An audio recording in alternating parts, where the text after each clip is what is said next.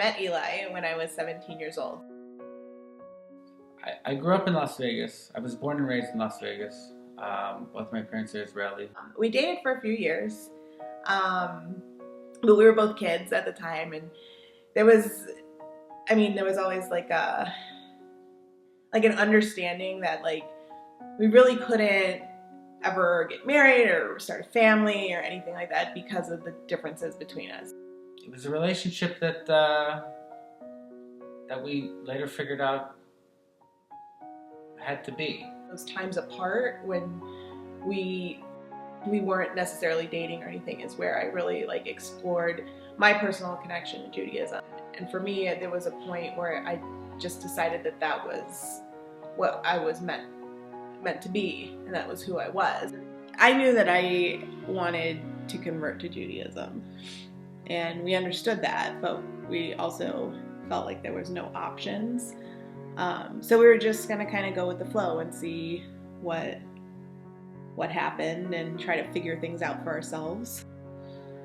I first heard about Rabbi Fromowitz in the Ahavas Torah Center. When I read it, I saw an article in the Israelite. And there was like this little ad in the paper. And I was looking for something.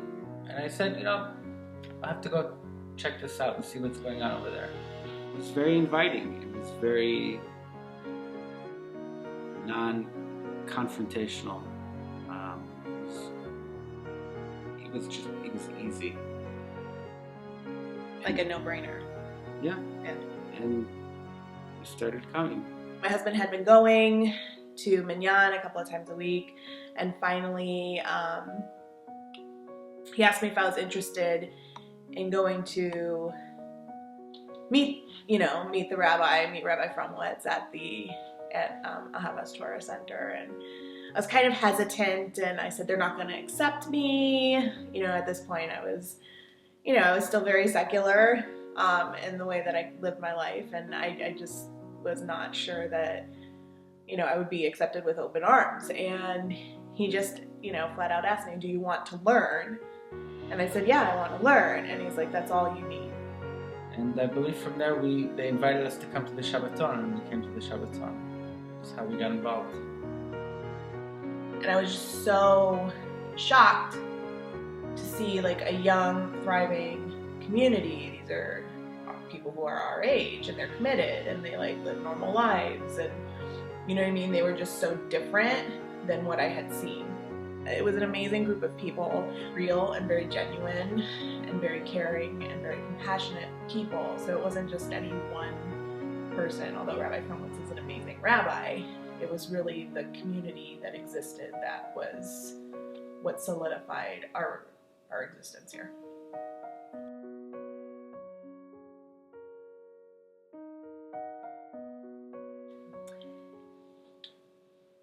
I think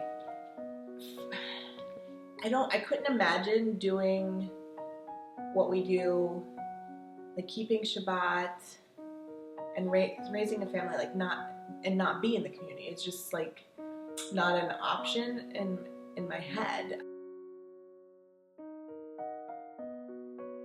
Ahavas Torah Center has really added a whole like additional layer of depth. Like I can go through the motions of being a mother, the motions of being a wife, but to really have like a sense of purpose behind it, and the support that you need, learning to be better in those roles that I hold.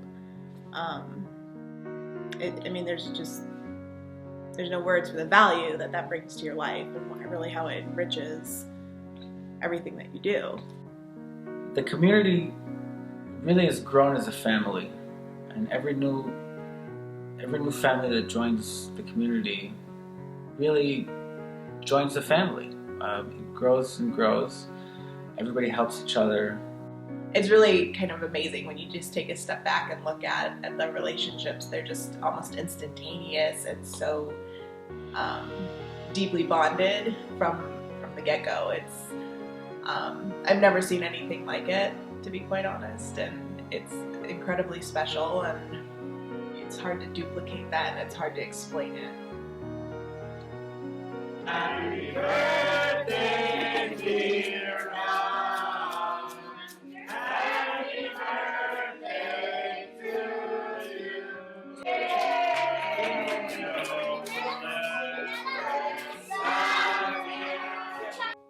you. I'm very grateful that Rabbi Fromowitz decided to open the Ahavas Torah Center here in Henderson, and that I found out about it.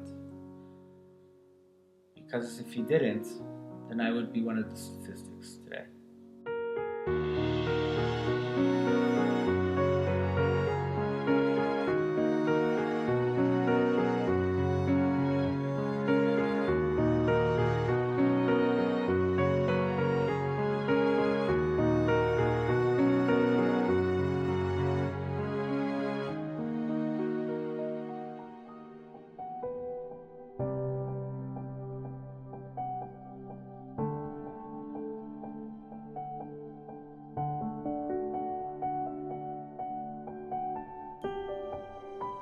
Ahavas Torah Center is, to be cliche, is an oasis in the desert.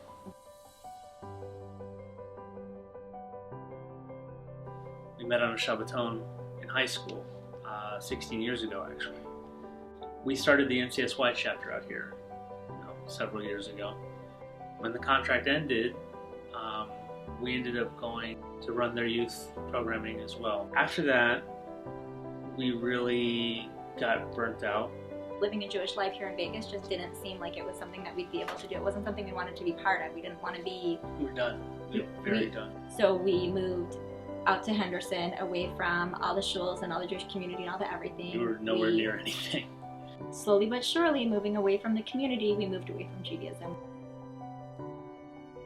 A few years into living in Henderson, Rabbi Fromowitz gave us a call. He said that he was opening a shul down here. He wanted us to know about it, and if we had some time, stop by. And that was it. There was no like, we need you to come, this and that. Darren actually told him, can you make minyan or anything? Nothing. Darren like actually told him, please do not call me. Rabbi Fromowitz called Darren and he said, look, I promised you I wasn't going to call, but we're desperate. Somebody needs to say Kaddish, and we have 9 men. I've called everybody else, and there's no one around. Could you please just this one time, just come to help this guy? That's it. That's all I'm asking.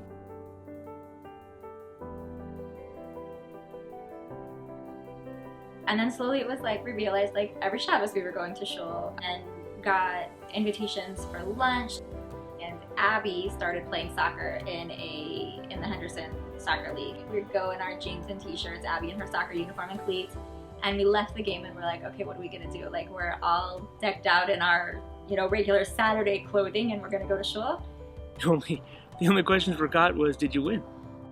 The care wasn't about, why are you dressed like that on Shabbos? Why are you, it's very obvious that you're coming from a soccer game and not keeping Shabbos. It was very like, how are you? I was like, that was cool. That was all right. That was, that felt good.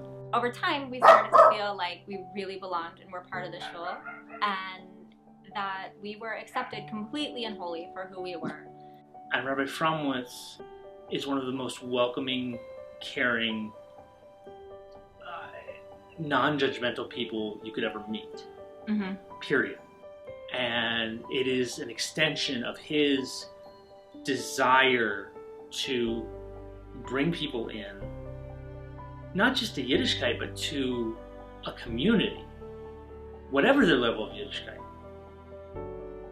that really just flows through the shul.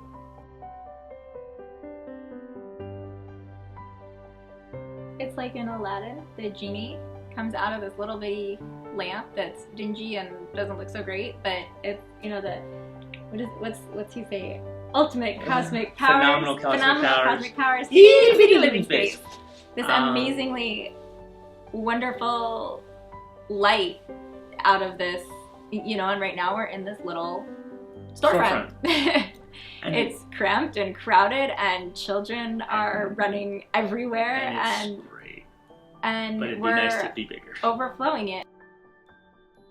Being a part of the Ahavas Torah community is genuinely unique. It's family, it's friends, it's a sense of we've got you. 1, 2, 3. this summer, August the 10th, our twins were born. And within a few hours, we'd lost one of them. It was hard, but the shul was there for us. The community has been there for us. They've been Our family. our A rock. yeah. There were people offering rides for school for the kids. Randy Husky actually spent the night here so Darren could go to work. We weren't alone. We didn't have that feeling of being alone. Even though it's different, what everybody felt was different from what we felt, they were going through it with us. And that was a comfort that I can't begin to describe. Ahavas Torah Center is, it really is, it's that cup of water when you've gone dry. You just feel like you have nowhere to belong, and you don't have any sense of direction, and then there's the shul, and not just the shul, but the community, the people is what makes it. And I don't think that we're the only ones who have felt adrift and then finally found their place.